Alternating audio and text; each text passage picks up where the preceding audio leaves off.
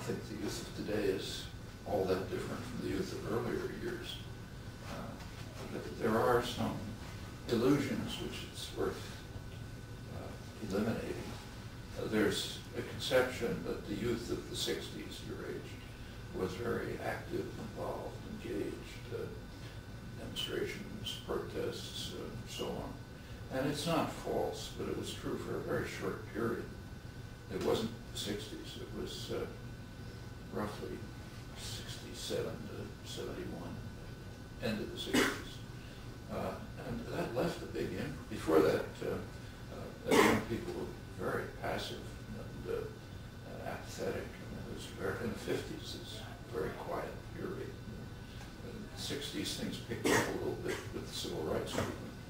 But the civil rights movement was something down there, racist Alabama sheriffs and things like that. And the civil rights movement was extremely important, but it was pretty narrowly focused.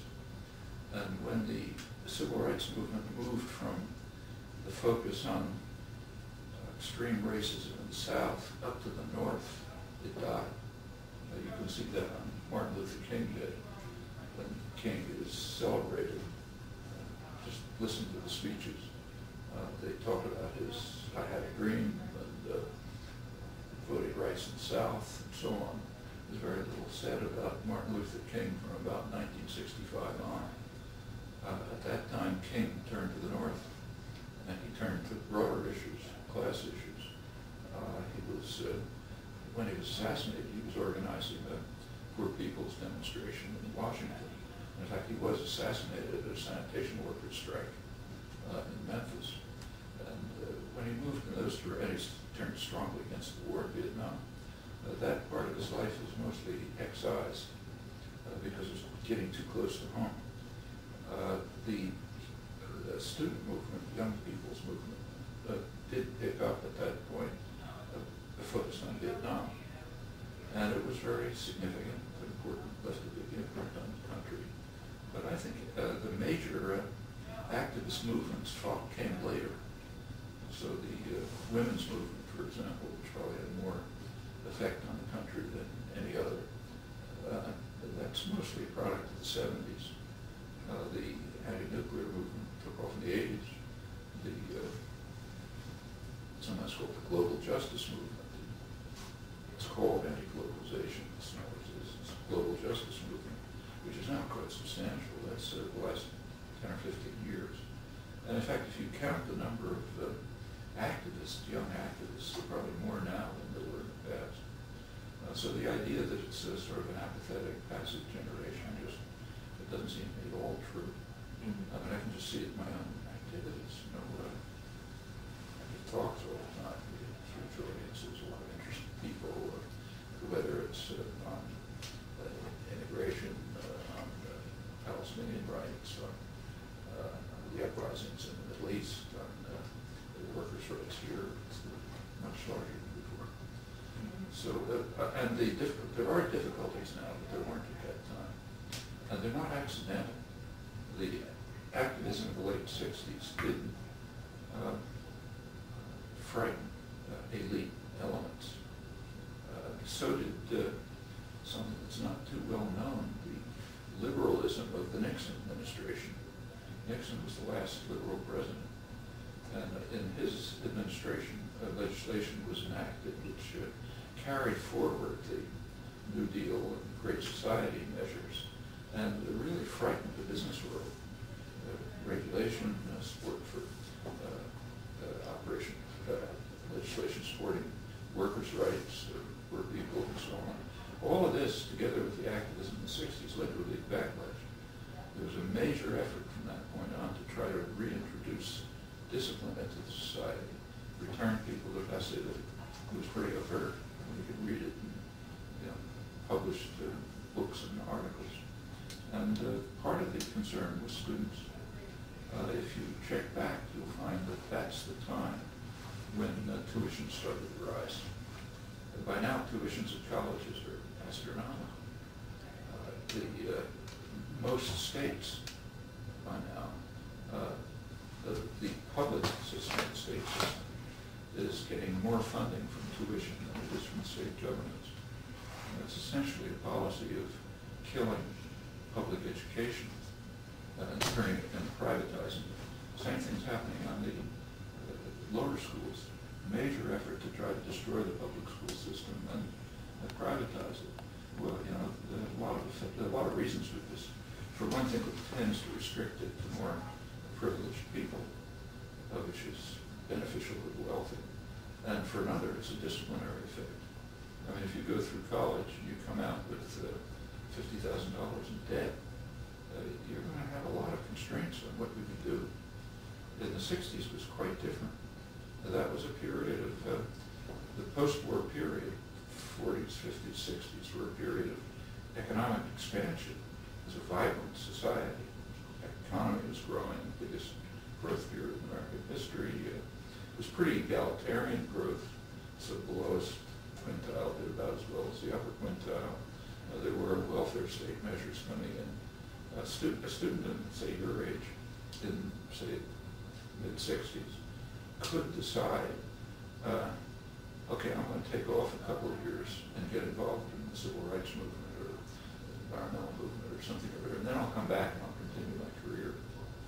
You can't assume that. Unless you're disciplined and obedient, you can get cut out. And there's a whole host of disciplinary measures. Tuition's just one of them.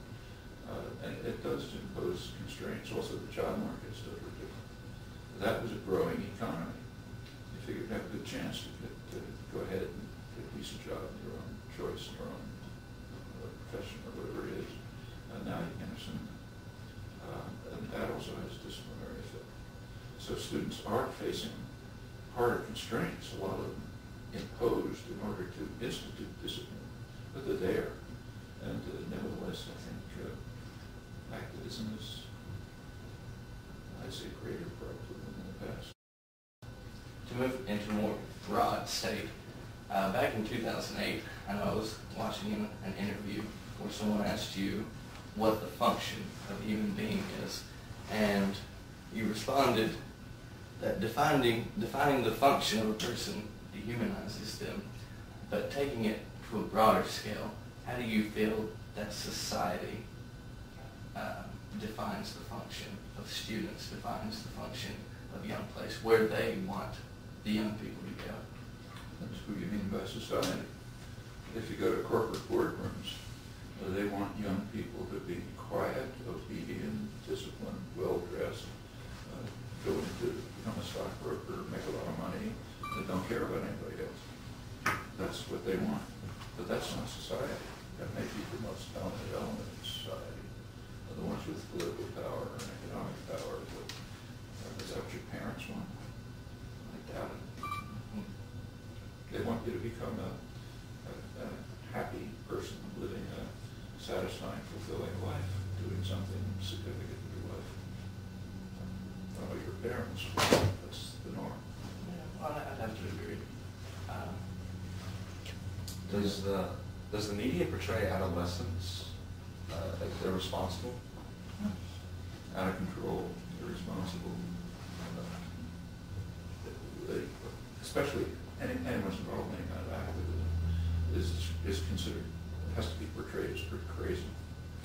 Sometimes it's funny to watch. I remember during the period of big demonstrations in Washington, a lot of people would go in buses, say from Boston, so they hire buses and they all go down there. I remember once watching the television description of the demonstrations with my wife, and in Boston, the local station focused on one particular girl who had orange hair and a funny hat, and so on and so forth. And sure enough, for Washington television, when they reported on the buses coming in, they immediately focused on her. That's the idea. Try to show them they're somehow kooky, they can't be serious, they can't be real, they can't have concerns. Try to demean the concerns and marginalize them and make it look as if kids are just playing. Yeah, of course, that's the way you want to live. That's the way the protest against authority is always depicted. So, and for young people, it's done that.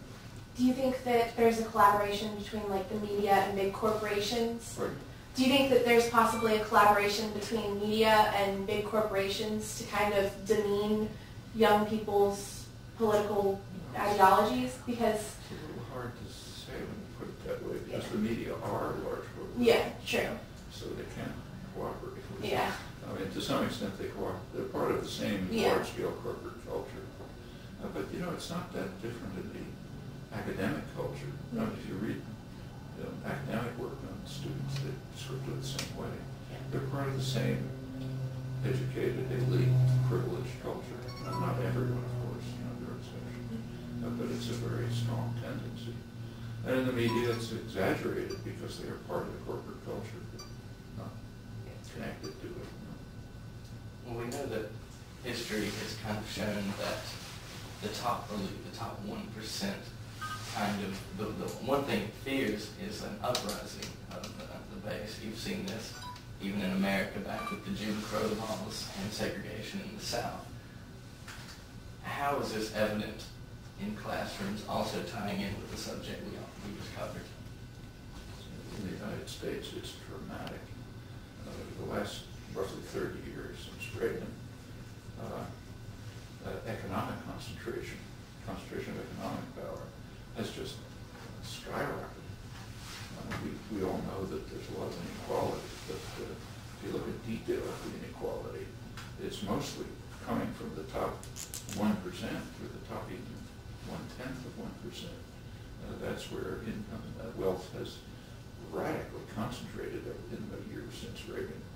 And that's not by accident. That's not because of globalization. It's not because of technology. It's because of specific decisions. The economic power carries with it political power. I just read yesterday that they're predicting that the next election campaign spending is going to be at $2 billion.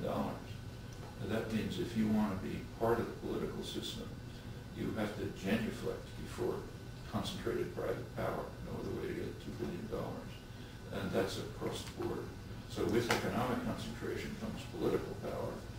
And political power means decisions in government. And the decisions on things like, say, taxes, corporate governance, regulation, a lot of policies have been designed to enrich and empower a tiny percentage of the population and marginalize everyone else. And it's going on right before our eyes. It's bipartisan. So take, say, there was a counterweight to this in the past, the labor movement.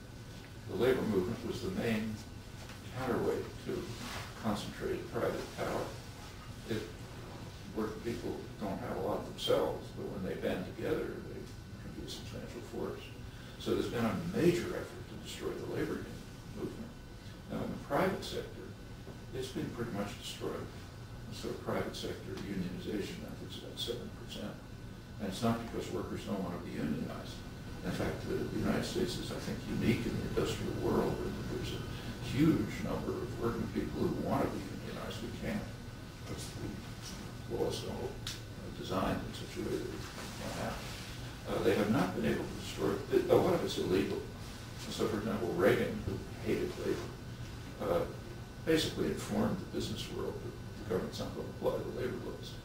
And the number of illegal firings for organizations just shot way up in the 80s, more in the 90s, and so on. They haven't been able to touch the public unions yet. The public unions were protected by the labor laws. And now there's a major attack on public unions, try to destroy this last remnant of popular power of some sort that's a counterforce to concentration. It's happening right in front of us.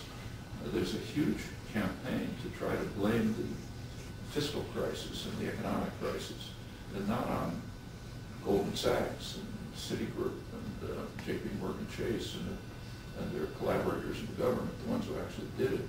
They blame it on teachers and on firefighters and police with their high salaries and tremendous pensions and Cadillac health plans. I mean, the amount of lying is, I mean, it would impress Stalin, but you lie often enough and it has an effect. And it's happening right before our eyes. So it's things that are going on. A lot of them, they're trying to report it, but not in a way which makes sense out of it. So, for example, take, say, the lame duck session of Congress, we just passed. Obama was greatly praised for his bipartisanship. He managed to push through legislation with cooperation from both parties. Well, take a look at what he passed through. The main thing was a tax cut. There was one issue in the tax cut, one only, a tax cut for the very wealthy. And that's very wealthy. Like, I'm pretty well off, but I was below the cutoff point. So the tax cut for the very wealthy, that was the only issue. Population was overwhelmingly opposed to it. Obama just gave it away. Didn't even try to maintain it. Didn't try to use the public opposition. At the same, well, that was reported. But at the same time, something else happened. He instituted a tax increase for federal workers. Now, they didn't call it a tax increase. They called it a freeze, which is, do the arithmetic. If you freeze salaries of people in the public sector, that's equivalent to raising their taxes. Okay, just take a look at the fiscal consequences, identical.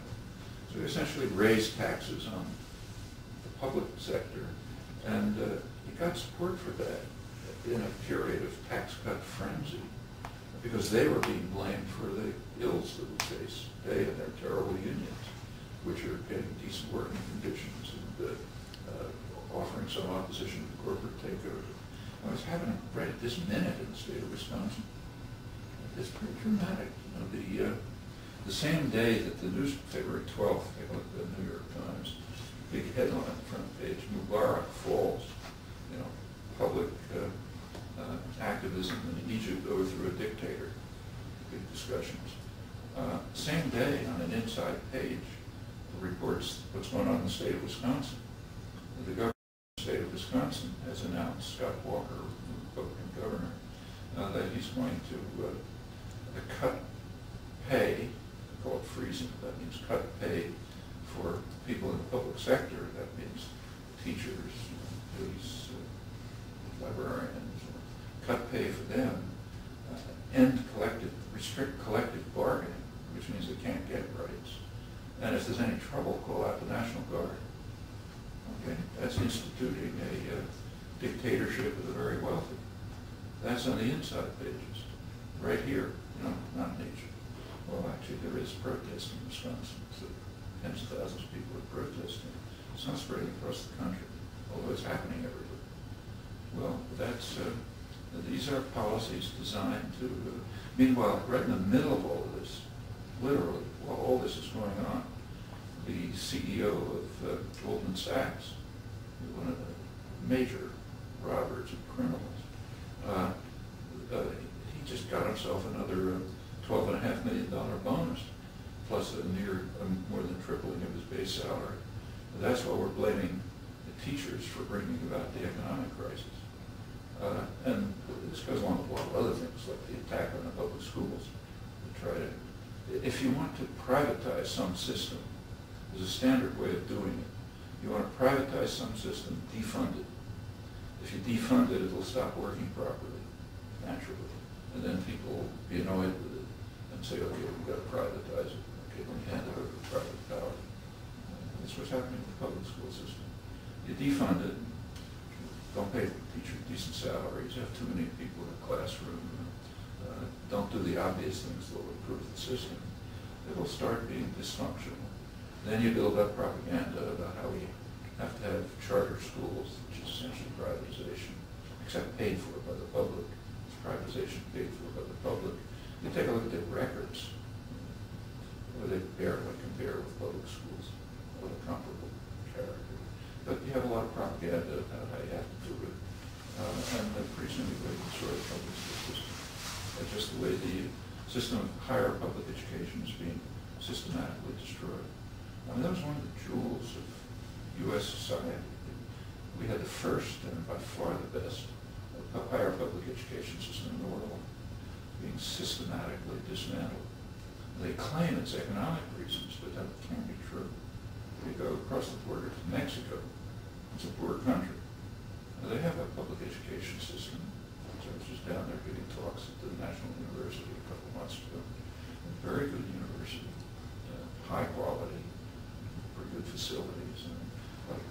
salaries aren't like the United States, but it's a lively place with a good, very good record, good things happening. It's free. I mean, in Mexico, you can have a free university for hundreds of thousands of students. In the United States, you have to pay $50,000 of tuition to, pay to get through. It's not for economic reasons, it's for disciplinary reasons. Well, that's going on before our eyes. And it's happening across the board and a lot of other things too. So you read the paper, they're supposed to be upset about the deficit, okay? It's a good question, but you should be upset about the deficit, but let's say we are. Where's the deficit come from? Half the deficit approximately comes from military spending, which is about the same as the rest of the world combined. And it's not for our protection. It hardly harms us. So that's half. The new budget is going up. The other half comes from the health system. We have a highly dysfunctional health system. It costs about twice as much per capita as comparable countries, and it doesn't lead to good outcomes. Outcomes are among the poorer ones in the industrial countries. Drug prices are about twice as high as anywhere else. Well, all of that costs. Is that are the budgets, say the Republican budgets or the Obama budget, they're not touching that. If we had the same kind of health system that comparable countries have, we'd have a surplus, not a deficit. But you can't touch that. And it's interesting the way the corporate media are describing it. Read, say, the New York Times, the Washington Post, and so on. They criticize Obama's budget because he didn't go after entitlements. You see, you've got to go after entitlements. That's the real problem. Not the military budget, not the dysfunctional health system. Entitlements. Well, what are entitlements? Social Security, Medicare, and Medicaid. On Social Security, it is 100% lying. Social Security doesn't add 1 penny to the deficit. Literally. Social Security is paid out of payroll taxes. A working person pays taxes all his life, and when you get to retirement, you're supposed to get something back. That's Social Security. Nothing to the deficit. But you have to list that because there's a major effort, including Obama, to destroy Social Security. What about Medicare and Medicaid? Yeah, they're causing a problem, but they're not causing it because they're inefficient and expensive.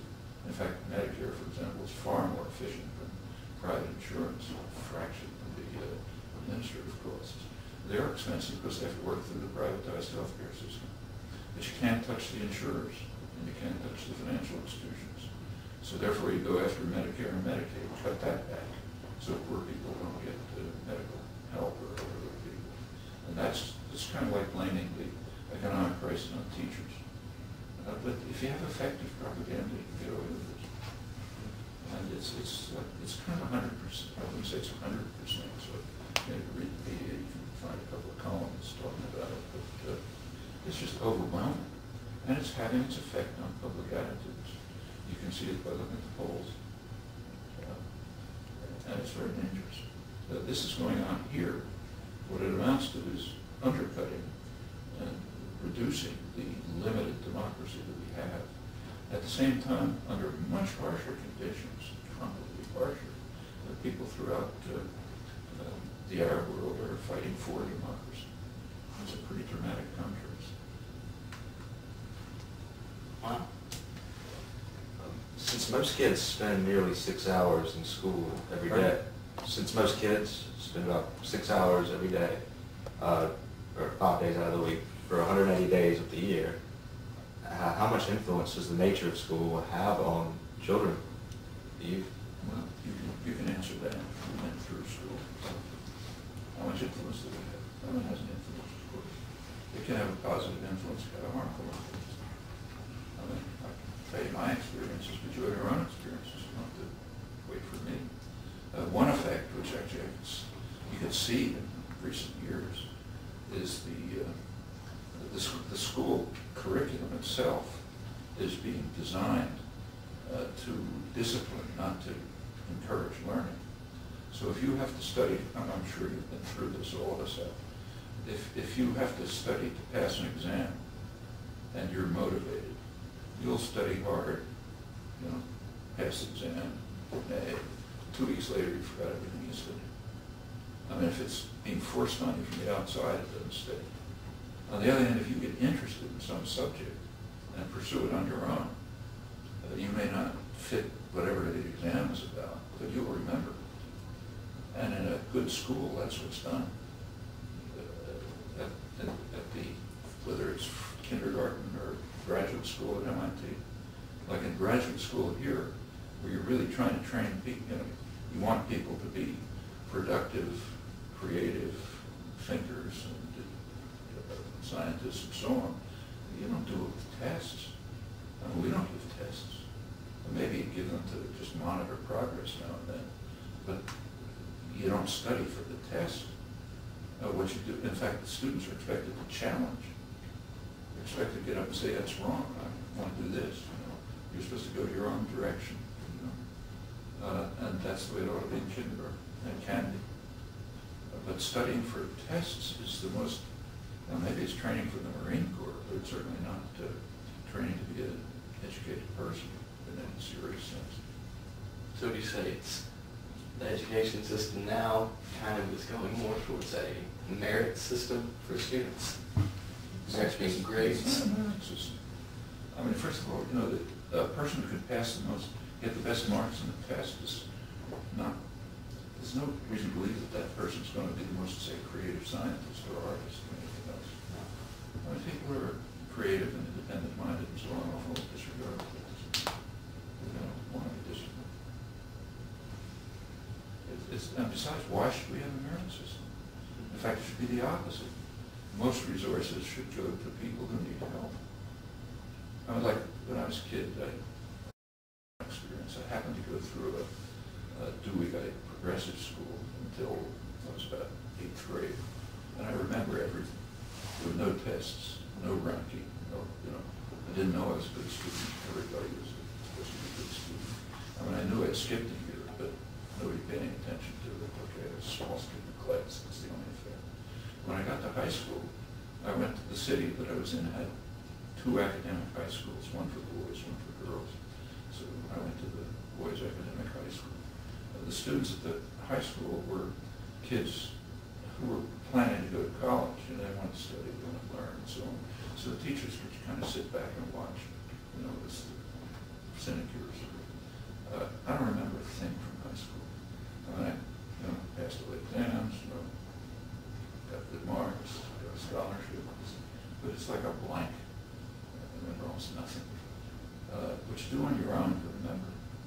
What's forced on you from the outside is like pouring water into a vessel, pour it out. I mean, I remember studying once. I wanted to take an advanced placement exam when I got to college in German, learning German. So I took off a month and I memorized the 3,000 word dictionary, learned some rules and so on. Okay, passed the exam. The same sort of thing. A couple of weeks later, I forgot about it. I'm sure you've had that experience. It's the normal experience of forced education from the outside. And I can see it with my own grandchildren and with their teachers. I was talking to a teacher the other day. I was telling a 6th grade teacher, she was telling me that, you know, something came up in class, and some of the kids were interested and came up to the desk afterwards and asked, you know, can they look into it, want to do something with it. She had to tell them, you can't do it, because you have to study to pass this exam next, what they call here the MCAS, the national exams. And the teacher has to do that. The teachers, first of all, the students have to do it for themselves. The teacher's salary depends on it. And it depends on grading the teachers by progress. So in other words, the teacher encourages a student to do something that the kid is interested in and will learn something from teachers being honest. That's the system that's being imposed, and it's getting worse. How should it be reformed? What? How should it be reformed? It should turn into a free education system where people do what kids pursue their own interests and are encouraged to do so, even not just random. But the teacher's role is just to, actually, back in the 18th century, this was discussed, the beginnings of the modern education system. during the Enlightenment. The imagery was, we don't want education to be like pouring water into a vessel. We want it to be like laying out a string along which the student will pursue that student's own course. So sort of give a kind of a general guideline. Here's something you're interested in, then do it yourself. Then you'll learn something. It'll stick with you. It doesn't matter. In fact, here is a famous physicist, world famous physicist, who teaches freshman courses here. And, he's kind of famous because in the freshman class, students ask, what are we going to cover this semester? He says, it doesn't matter what we cover. It matters what you discover. Okay, so there's no fixed amount that you have to cover. It doesn't make any difference. If you discover something, that'll be important for yourself. And you'll know how to go on. There have been several debates of yours speaking on the subject of the education policy in the United States. And you say, this is one of your quotes, and you say it's an indoctrination of the young. How has this molded older generations? And that's an interesting phrase. Actually, it's not my phrase. That phrase comes from an important book which you might want to read. It's called Crisis of Democracy. It was a book written right after the 60s. It's not written by reactionaries. It's written by liberal internationalists. In fact, these are the people who staffed the Carter administration, basically where they come from Europe, the United States, and Japan, three industrial societies. And they were concerned that there's too much democracy. The 60s were frightening because there was a democratic awakening. A lot of people became active. People who were usually passive and apathetic became active and involved, and that's a danger. So we have to beat them back into obedience and passivity. And one thing they were concerned about was young people, of course, because they were at the heart of it. And they criticized what they called, I'm quoting now, not my phrase, the failure of the institutions responsible for the indoctrination of the young. That's the schools, universities, the churches. They're failing to indoctrinate the young properly. That's why you see them out in the streets talking about civil rights and ending the war and women's rights and so on. So we've got to indoctrinate them better. And that's what you've been seeing for the last 30, 40 years. Efforts to indoctrinate the young better. And these are the liberal prescriptions. You go over to the right-wing side, it's much harsher. And that's what you see. That's no job left behind. That's tuition rises. All of the stuff is of a piece. And I guess your assistant just called time on us, but it's been a wonderful conversation we've had.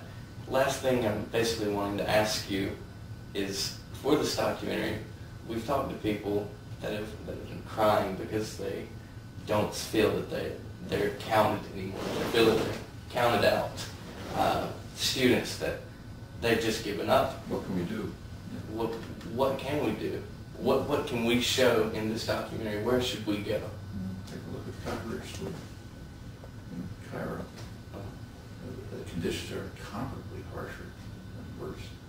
Or take a look at our own history. I mean, say, take a walk down the halls of MIT. Okay, what you'll see is half women, third minorities, informally dressed, meaning informal relations. That's MIT today. You took a walk down the halls in 1960, a couple of years after I got here. White males, well-dressed, deferential, doing the work, not asking any questions. How'd that happen? And it didn't happen just here, it happened all over the country. Well, what happened was the young people decided to do something about it. And it made it a much more civilized society.